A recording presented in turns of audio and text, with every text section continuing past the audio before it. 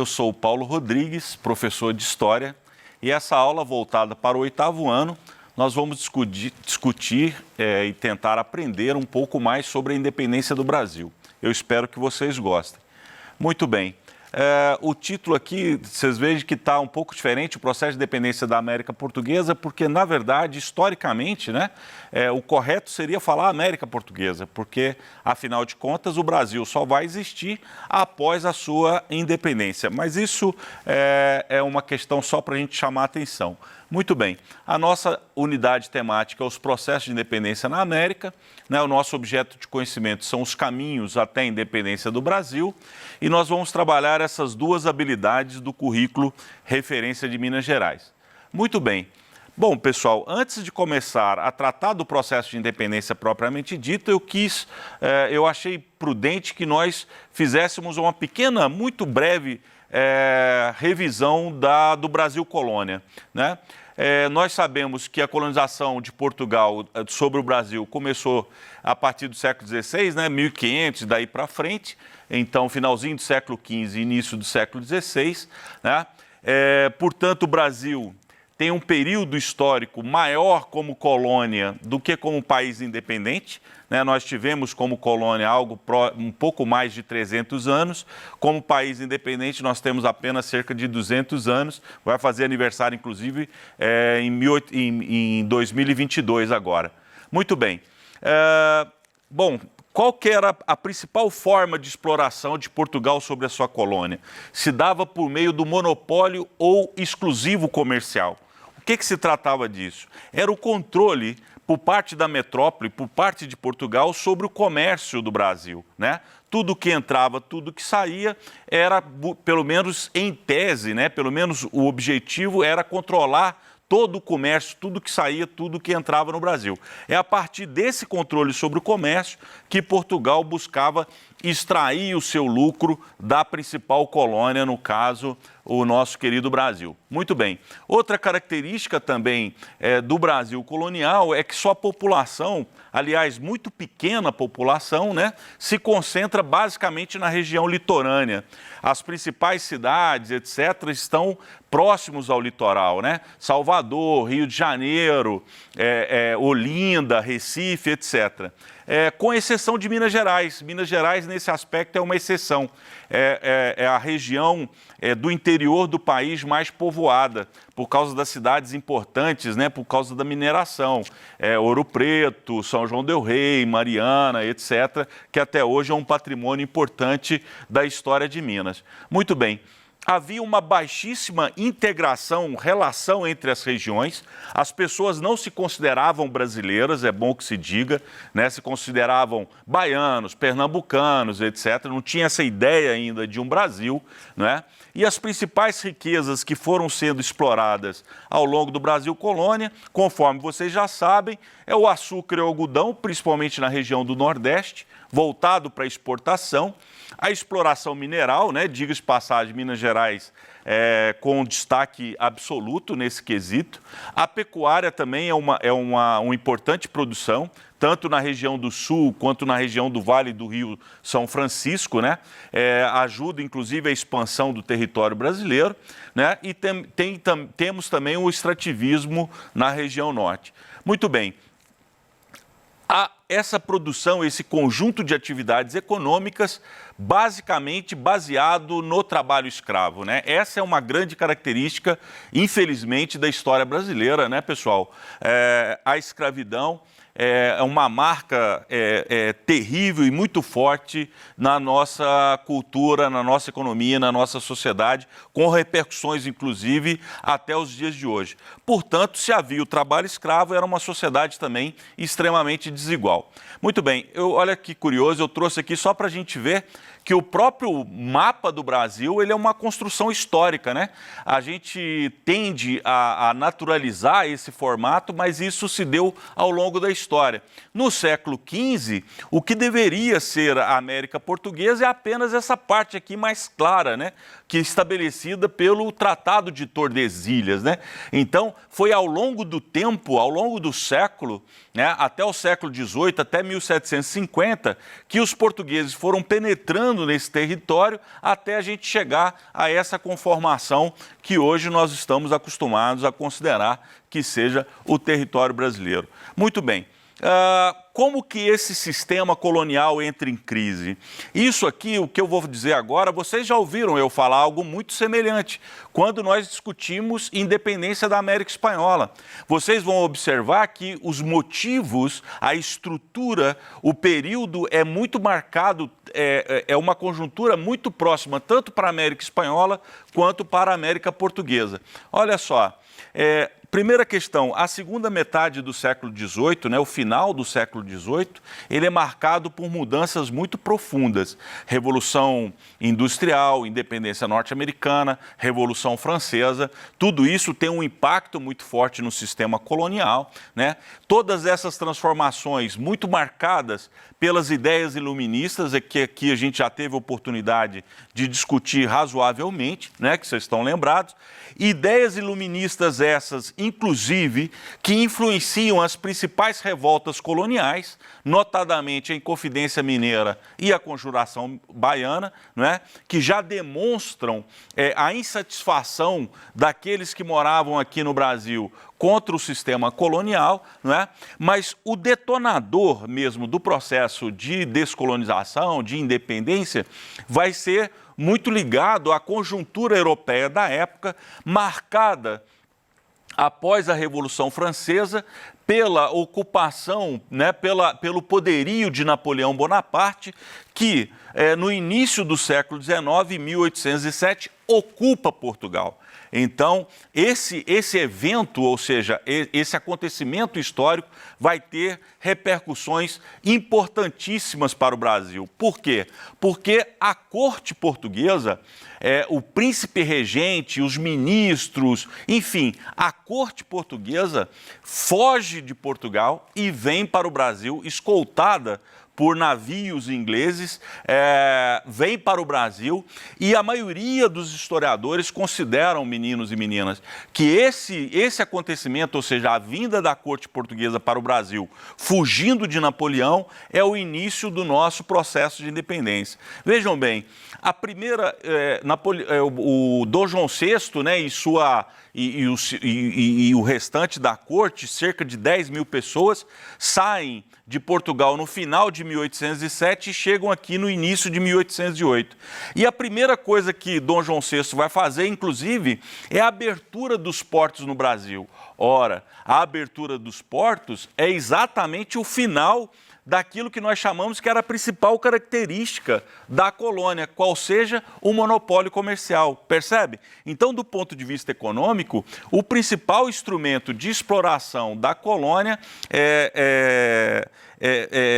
muda a partir da chegada de Dom João VI aqui no território brasileiro. Muito bem, uma outra mudança agora do ponto de vista político, mas muito, muito importante, é porque se vocês observarem, há uma inversão do poder político, não é verdade? A corte vindo para o Brasil, quer dizer, o poder se desloca de Portugal para a sua antiga colônia, né? Essa vinda também traz transformações muito significativas para o Brasil, em especial para o Rio de Janeiro, que é uma cidade que sofre um processo de modernização, de desenvolvimento, de transformações bastante significativo. A construção da Biblioteca Nacional, a construção e a criação do Horto Florestal, entre outras mudanças significativas. Inclusive, as primeiras universidades no Brasil são dessa época também. Bom, com Dom João VI aqui, a partir de 1815, o Brasil muda formalmente a sua estrutura, deixa de ser uma colônia e passa a fazer parte do Reino Unido de Portugal e Algarve. Então, a partir de 1815, formalmente, nós deixamos de ser colônia. Coincidentemente, em 1815, é a derrota de Napoleão lá no cenário europeu.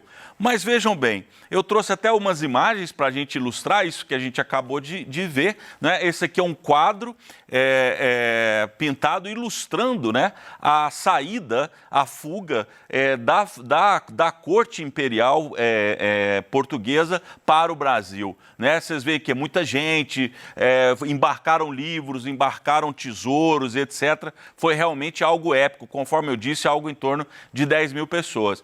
A liderança desse processo é esse senhor, muito questionado, tem muito folclore em torno da figura dele, é o Dom João VI, né? Inclusive, ele quando veio para cá, era príncipe regente e ele vai se tornar formalmente imperador aqui no território brasileiro em 1818. Essa vestimenta, né, esses trajes aqui, são exatamente na época de sua aclamação como imperador. E dizem que ele gostava extremamente do Brasil, né, apesar de sua esposa não gostar, etc. Tanto é que ele foi ficando, né? Mesmo Napoleão Bonaparte tendo sido derrotado lá na Europa, Dom João VI permaneceu. E isso permaneceu aqui no Brasil. E isso gerou uma insatisfação muito grande dos próprios portugueses. E aí, pessoal, tal insatisfação estoura na chamada Revolução do Porto em 1820. Essa revolução, feita pela elite portuguesa, não é? Ela trazia traços modernizantes para Portugal, né, que queria deixar de lado o absolutismo, criar uma monarquia constitucional para Portugal. No entanto, para o Brasil, ela tinha uma visão recolonizadora. Ela queria retomar o controle sobre a colônia do Brasil. E isso gera uma série de tensões. E essa revolução passa a exigir o retorno de Dom João VI para Portugal. Pois muito bem, diante de tanta pressão, Dom João VI acaba retornando a Portugal, conforme vocês sabem, e deixa como seu sucessor aqui no Brasil o seu filho herdeiro, Dom Pedro, não é? E Dom Pedro, depois as próprias cortes começam a pressionar para que Dom Pedro também retorne, porque o objetivo era esvaziar o poder do Brasil, né, e concentrá-lo em Portugal. Mas Dom Pedro, né, com o apoio das principais elites econômicas e sociais do Brasil, resistem a essa pressão.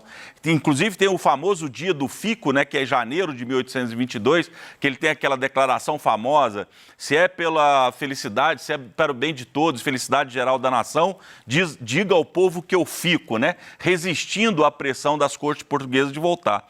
Essas tensões continuam, né, entre as cortes portuguesas e o próprio Dom Pedro e a elite brasileira, até que em 7 de novembro de 1822 há a proclamação da República. Vocês vejam que apesar da gente comemorar a data do 7 de setembro, né, recém-passada, mas o processo de independência, na verdade, é muito mais longo, né, é muito mais complexo do que apenas um único dia. Aqui eu trouxe um quadro que todos vocês já devem ter visto em livros didáticos, etc., que é um quadro 66 anos após o processo de independência. Ele é feito em 1888, o autor não estava aqui, né? É uma idealização dele, que é o famoso Grito do Ipiranga, né? Pintado por Pedro Américo, não é verdade? A figura central aqui seria Dom Pedro, não é? Vocês vejam que coisa curiosa, né? A única pessoa do povo praticamente que há é uma pessoa que, olhando para aquilo sem entender muito bem o que está acontecendo, né? Um carroceiro. E aqui vocês vejam, esse povo que está nesse uniforme bonito é chamado os Dragões da Independência. Na época isso aqui nem existia ainda, não tinha sido criado. Vocês veem que realmente é um quadro idealizado exatamente para marcar, né, e para valorizar o papel de Dom Pedro no nosso processo de independência. Muito bem, pessoal. Algumas características do processo de independência. Eu usei aqui a palavra rupturas e continuidades, porque é isso mesmo. Algumas coisas mudaram do ponto de vista político, mas muita coisa do ponto de vista econômico e social permaneceu.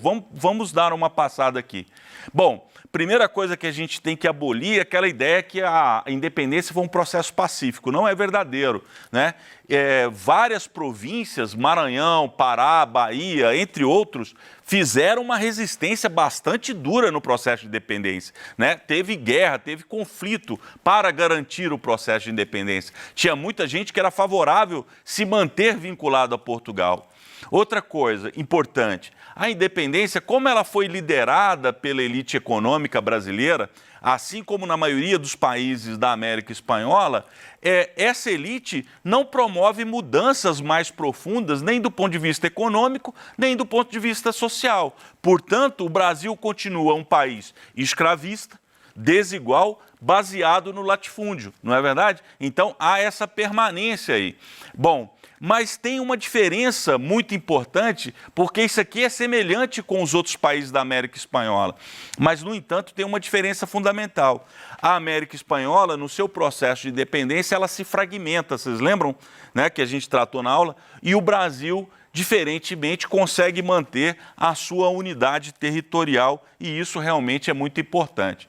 Vejam bem, ora, feito a independência, é só uma parte do trabalho que está cumprido, não é verdade? Então, agora nos resta a construir esse novo país. Então, o que se faz? Se estabelece uma monarquia constitucional, se escreve, se institui uma nova Constituição para esse país. Aliás, uma Constituição que nasce já de um ato autoritário do próprio Dom Pedro. A gente não consegue detalhar aqui, mas vocês vejam que o autoritarismo e a ausência de democracia está na nossa gênese da nossa história, não é? Então, essa nova Constituição, promulgada em 1824, ela estabelece que o Brasil seria uma monarquia constitucional, aliás, a única monarquia no contexto da América Latina, né, uma monarquia entre repúblicas, estabelece a divisão em 4 poderes, com a criação do poder moderador, desenvolvido pelo próprio imperador, concentrando o poder na mão de Dom Pedro. Conforme nós dissemos, a escravidão permanece, o voto é censitário, depende de renda, e o Brasil precisa buscar também o reconhecimento de outras nações, né? O primeiro país a reconhecer a independência brasileira é os Estados Unidos da América, e Portugal vai reconhecer a nossa independência em 1825, inclusive cobrando uma indenização para fazer esse reconhecimento. Quem empresta o dinheiro para o Brasil pagar essa indenização é a Inglaterra, então vocês vejam que, tristemente, também o Brasil já nasce devendo, né? Logo no início. Muito bem, além dessa estrutura administrativa, uma Constituição, o governo propriamente dito, é necessário criar símbolos vamos dizer assim, que dêem identidade às pessoas para esse novo país, né? Então, um símbolo, como a gente já viu, é a própria figura de Dom Pedro, tem a questão do hino nacional e tem a questão também da nossa bandeira, né, pessoal? A primeira bandeira do Brasil independente, que é a bandeira do Brasil Império, não é? Vocês vejam que guarda muitas semelhanças também com a bandeira atual do Brasil, não é? As cores verde e amarelo preponderando, mas tem outras diferenças significativas, né? Um ramo de café aqui, o símbolo do império através da coroa, etc. Mas essa vai ser a nossa primeira bandeira que já identifica esse país independente. Muito bem. Essa postura mais autoritária de Dom Pedro, ela provoca muita insatisfação, inclusive com uma forte rebelião no Nordeste chamada Confederação do Equador, em 1824. Em 1828 também, a antiga província cisplatina se emancipa do Brasil e se transforma no Uruguai. E a partir daí, pessoal, a partir da década de 30, o Brasil e Dom Pedro começam a entrar em muitas crises, muito desgaste, tanto aqui, tanto no contexto brasileiro quanto no contexto português também, o que acaba levando Dom Pedro a abdicar do trono e deixar como herdeiro o seu filho, que à época tinha apenas 5 anos de idade.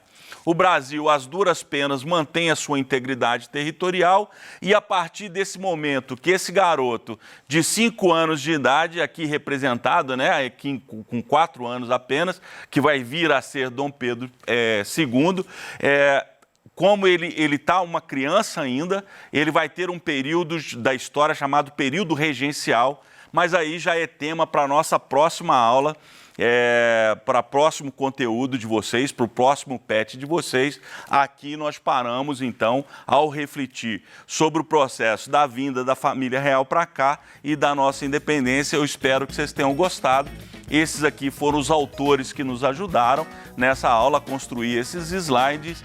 Muito bom, muito obrigado para todos e todos, excelentes estudos para vocês. Muito obrigado.